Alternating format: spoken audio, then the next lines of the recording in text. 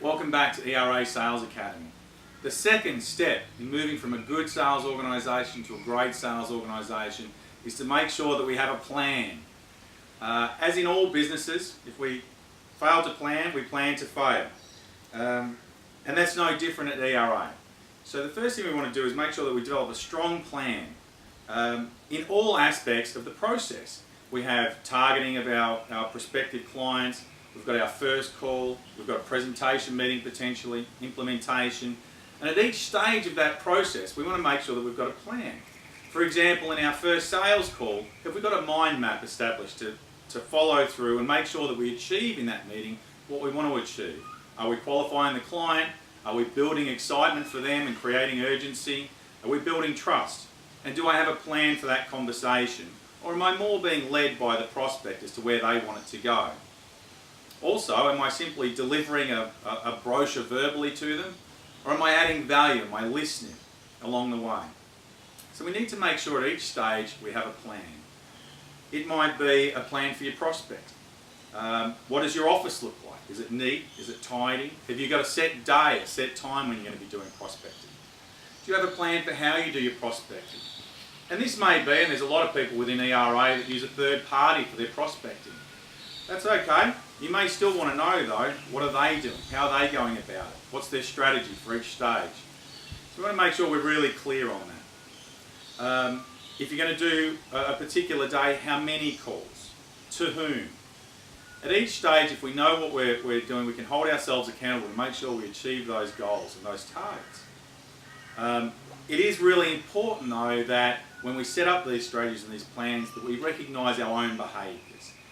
If you do have trouble in prospecting or looking for new clients, recognise that in yourself, that it may be an area of your business that you start to procrastinate on. All the more reason to set aside some fixed times, some fixed days that you do that prospecting. You might be using LinkedIn or other networking opportunities. When do you do it and how do you do it, and have you documented that? Have you talked to other people within the business about what your strategy is? All of these things will help, but particularly make sure you build a plan that works to your strengths. And if you do have weaknesses in a particular area, maybe you can work on strengthening those weaknesses. A lot of ERA franchisees have intermittent sales. They tend to find that they'll have a strong couple of sales, they get into implementing the account, and then the sales get neglected, they drop off. We get excited about implementation, we want to follow through on that, but in the meantime our prospecting and our new business drops off. So we start to end up with a cycle where we get panicked, we have to go and sell, and then we stop again. A great plan is to have a continuous approach to that sales strategy. How do we continue to knock on doors whilst implementing and smooth out the revenue number coming into our business?